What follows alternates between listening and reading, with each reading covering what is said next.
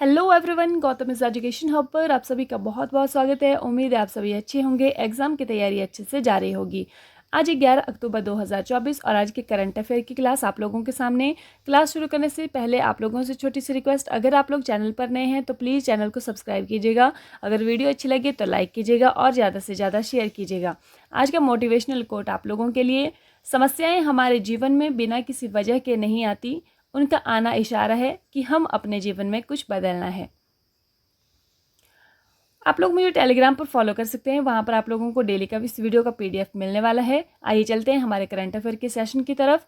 WHO के अनुसार trachoma को समाप्त करने वाला दक्षिण पूर्व एशिया का तीसरा देश कौन बना है? According to WHO, which country has become the third country in South East Asia to eliminate trachoma? इसका सही आंसर हमारे पास होने वाला है इंडिया, यानी कि भारत। ठीक है, तो ये जो है भारत यहाँ का साउथ ईस्ट एशिया का तीसरा देश बन चुका है। तो अगर हम बात करें कि पहले दो देश कौन है, तो एक है नेपाल और दूसरा है म्यांमार। ठीक है, नेपाल और म्यांमार, इनमें जो है वो ट्रैकोमा खत्म हो चुका है, अब जो है वो भारत में खत्म हो गया है। ठीक है, ट्रैकोमा क्या होता है? ट्रैकोमा एक जीवाणु संक्रमण है जो आंखों को प्रभावित करता है और अंततः इससे अंधापन भी होता है। तो नेपाल और म्यांमार के बाद भारत दक्षिण पूर्व एशिया का तीसरा देश बन चुका है ट्रैकोमा को समाप्त करने वाला। WHO ने अभी घोषणा की है। हाल ही में एशिया की सबसे बड़ी और दुनिया की सबसे ऊंची इमेजिंग चेरेनकोव वेधशाला MACE का उद्घाटन कहाँ पर हुआ है? Where was Asia's largest and world's highest imaging Cherenkov observatory MACE inaugurated recently? इसका सही आंसर हमारे पास होने वाला है लद्दाख। कहाँ पर हुई है ये? लद्दाख में स्थापित हुई है ये। ठीक है, क्या है ये? ऑब्जर्वेटरी है ये, मेक इसका नाम है। ठीक है, लद्दाख के हानले या हनले में इसको स्थापित किया गया है। ठीक है, और इस तरह से दिखती है ये, देखिए दूरबीन है, मतलब ये इमेजिंग दूरबीन है ये, और लद्दाख के हनले में इसको स्थापित किया गया है। किसकी सहायता से, मतलब किसने बनाई है ये? तो ये BARC भाभा एटॉमिक जो रिसर्च सेंटर है उसके द्वारा इसको बनाया गया है। और इसकी MACE की फुल फॉर्म अगर हम बात करें तो मेजर एटमॉस्फेरिक चेरेनकोव एक्सपेरिमेंट इसका नाम है। अगर हम बात करें कि परमाणु ऊर्जा आयोग जो है उसके अध्यक्ष वर्तमान में कौन है, तो उनका नाम है डॉक्टर अजीत कुमार मोहंती, और AK मोहंती इनको बोलते हैं। ठीक है, हाल ही में RBI की मौद्रिक नीति समिति में रेपो दर कितनी रखी है? What is the repo rate set in the monetary policy committee of RBI recently? तो जो मौद्रिक नीति समिति है उसमें रेपो रेट कितने तय की गई है? वह की गई है 6.5%। ठीक है, कितनी की गई है? 6.5% रखी गई है। ये शक्तिकांत दास जी हैं, RBI के जो वर्तमान में गवर्नर है, शक्तिकांत दास इनका नाम है। ठीक है, अब अगर हम बात करें कि रेपो रेट क्या होता है, तो रेपो रेट वह रेट है, वह दर है जिस पर केंद्रीय बैंक, मतलब सेंट्रल बैंक हमारा कौन सा है? सेंट्रल बैंक है RBI, सरकारी सिक्योरिटी के बदले कमर्शियल बैंकों और वित्तीय संस्थानों को पैसा उधार देता है। वह रेट जिस पर कि दूसरे बैंक RBI से पैसा उधार लेते हैं उसको बोलते हैं हम रेपो रेट, और जिस रेट पर RBI उन बैंकों से उधार लेता है उसको बोलते हैं रिवर्स रेपो रेट। ठीक है, और रिवर्स रेपो रेट हमेशा कम होता है, रेपो रेट हमेशा ज़्यादा होता है। हाल ही में नेस्ले इंडिया के निदेशक का पदभार किसने संभाला है? Who has recently taken over as the director of Nestle India? तो किसको बनाया गया है? ये मनीष तिवारी जी को बनाया गया है। ये किसका स्थान लेंगे? सुरेश नारायणन का स्थान लेंगे। क्वेश्चन नंबर 5 है, हाल ही में लेबनान का समर्थन करने के लिए एक राष्ट्रव्यापी अभियान किस देश ने शुरू किया है? Which country has recently launched a nationwide campaign to support Lebanon? तो किसने किया है? यह किया है UAE, यूनाइटेड अरब अमीरात, मतलब संयुक्त अरब अमीरात ने किया है। ठीक है, तो WHO की हेल्प से इन्होंने वहाँ पर क्या भेजा है? लेबनान में ये कुछ एड हेल्प भेजी है। ठीक है, अगर हम बात करें कि जो लेबनान है उसकी राजधानी क्या है, तो उसकी राजधानी है बेरूत। हाल ही में अंतर्राष्ट्रीय मास्टर्स लीग में भारत का नेतृत्व कौन करेंगे? Who will lead India in the recent international masters league? तो कौन करने वाले हैं? ये करने वाले हैं सचिन तेंदुलकर जी। कौन करने वाले हैं? सचिन तेंदुलकर जी इसको करने वाले हैं। राफेल नडाल जिन्होंने हाल ही में अपने संन्यास की घोषणा की है, किस खेल से संबंधित हैं? Rafael Nadal who has recently announced his retirement is related to which sport? तो कौन से खेल से संबंधित है? ये टेनिस से संबंधित है, ठीक है। पुरुष टेनिस प्लेयर हैं ये। इनको क्ले कोर्ट भी कहा जाता है, क्ले कोर्ट किंग इनको कहा जाता है। 38वें राष्ट्रीय खेलों की मेजबानी कौन सा राज्य करेगा? Which state will host the 38th national games? तो कौन सा जो है वो राज्य करने वाला है? इसको करने वाला है उत्तराखंड। तो 38वें नंबर के राष्ट्रीय खेल हैं जिनकी मेजबानी कौन करने वाला है? उत्तराखंड करने वाला है। हाल ही में रसायन विज्ञान 2024 के नोबेल पुरस्कार के लिए किसे चुना गया है? तो who has recently been selected for the Nobel prize in chemistry 2024? तो इसके लिए David Baker, Demis Hassabis, John M Jumper, इन सभी को चुना गया है, ठीक है। किसको को? डेविड बेकर को भी चुना गया है, डेमिस हसाबिस को भी चुना गया है और जॉन एम जम्पर को भी चुना गया है, ठीक है। तो इसका सही आंसर क्या होने वाला है? सही आंसर हमारे पास होने वाला है उपरोक्त सभी। अब ये जो डेविड बेकर है इनको क्यों मिलेगा? इनको मिलेगा कंप्यूटेशनल प्रोटीन डिज़ाइन के लिए, और हेमिस हसाबिस और जॉन एम जम्पर को मिलेगा प्रोटीन संरचना भविष्यवाणी के लिए, ठीक है।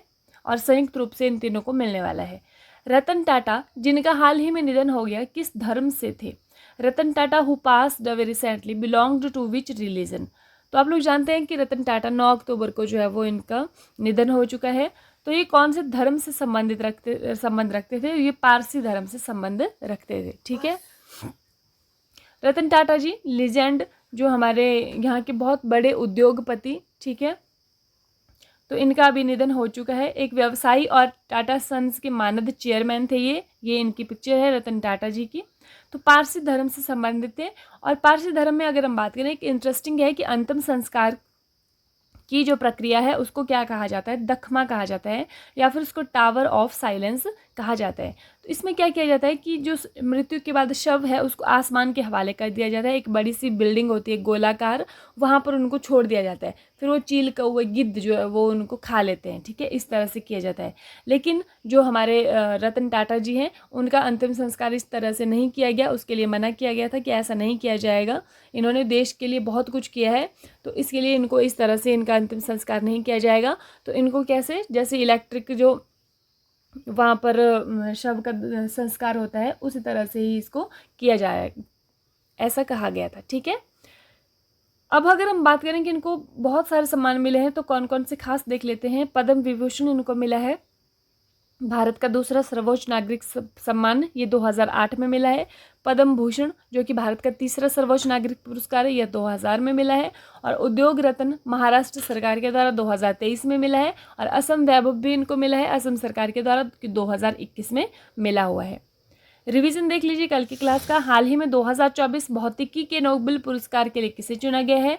Who has been recently selected for the 2024 Nobel prize in physics? तो किस किस को मिला है? ये हॉपफील्ड और जेफ्री हिंटन दोनों को मिला है। भारत सरकार के, और यहाँ पर अगर हम बात करें कि चिकित्सा का नोबेल जो है मेडिसिन का किसको मिला है? विक्टर एम्ब्रोस और गैरी रुवकुन को मिला है। भारत सरकार ने किस मंत्रालय ने हम सफ़र नीति शुरू की है? तो किसने की है? यह केंद्रीय सड़क परिवहन और राजमार्ग मंत्रालय। मंत्री कौन है इसके? नितिन गडकरी जी। किस राज्य सरकार ने नशीली दवाओं की तस्करी से निपटने और राज्य में नशीली दवाओं के आदी लोगों के पुनर्वास का समर्थन करने के लिए संकल्प पहल शुरू की है? तो यह की है हिमाचल प्रदेश ने, ठीक है। नेक्स्ट हमारे पास आता है 92 मतलब 92 भारत वायुसेना दिवस 2024 के अवसर पर पारंपरिक वायुसेना परेड कहाँ पर आयोजित की गई थी? तो यह कहाँ पर हुई थी? मरीना बीच, चेन्नई, तमिलनाडु में हुई थी। ट्यूनीशिया के राष्ट्रपति के रूप में पुनः किसे चुना गया है? तो यह चुना गया है कैस सईद को। नेक्स्ट हमारे पास आता है दीपा कर्माकर जिन्होंने खेल से संन्यास लेने की घोषणा की है, किस खेल से संबंधित हैं? तो यह कौन थी? जिम्नास्टिक। नेक्स्ट है हाल ही में संपन्न चौथी ISSF जूनियर विश्व चैंपियनशिप 2024 में पदक तालिका में कौन सा देश शीर्ष पर रहा है? तो कौन सा देश शीर्ष पर है? ये हमारा भारत है, ठीक है। नेक्स्ट हमारे पास आता है राष्ट्रीय समुद्री संग्रहालय परिसर कहाँ पर स्थापित किया जा रहा है? तो यह भावनगर गुजरात में किया जा रहा है, ठीक है। हरियाणा राज्य के इतिहास में लगातार तीसरी बार सत्ता में लौटने वाली पहली राजनीतिक पार्टी कौन बन गई है? तो यह बन गई है BJP, भारतीय जनता पार्टी। हाल ही में विश्व डाक टिकट विश्व डाक दिवस 2024 कब मनाया गया है? तो यह मनाया गया है 9 अक्टूबर को। ठीक है। पहला अंतर्राष्ट्रीय सौर महोत्सव कहाँ पर आयोजित किया गया था? ये जो है वो सितंबर मंथ का रिवीजन है, तो यह नई दिल्ली में किया गया था। रक्षा सहयोग पर भारत सऊदी अरब संयुक्त समिति की 6ठी बैठक कहाँ पर आयोजित की गई है? तो यह की गई है रियाद में। पैरालंपिक खेलों में तीरंदाजी स्पर्धा में स्वर्ण पदक जीतने वाले पहले पैरा एथलीट कौन बने हैं? तो पहले तीरंदाजी स्पर्धा में स्वर्ण पदक जीतने वाले पहले पैरा एथलीट ये हैं हरविंदर सिंह।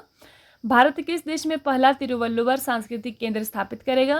तो तिरुवल्लुवर सिंगापुर में किया जाएगा। हाल ही में भारत यूएसए के बीच विश्व युद्ध अभ्यास कहाँ पर प्रारंभ हुआ है? तो यह हुआ है राजस्थान में। हाल ही में तूफान यागी के लिए किसने रेड अलर्ट जारी किया है? तो यह चीन में आया हुआ था।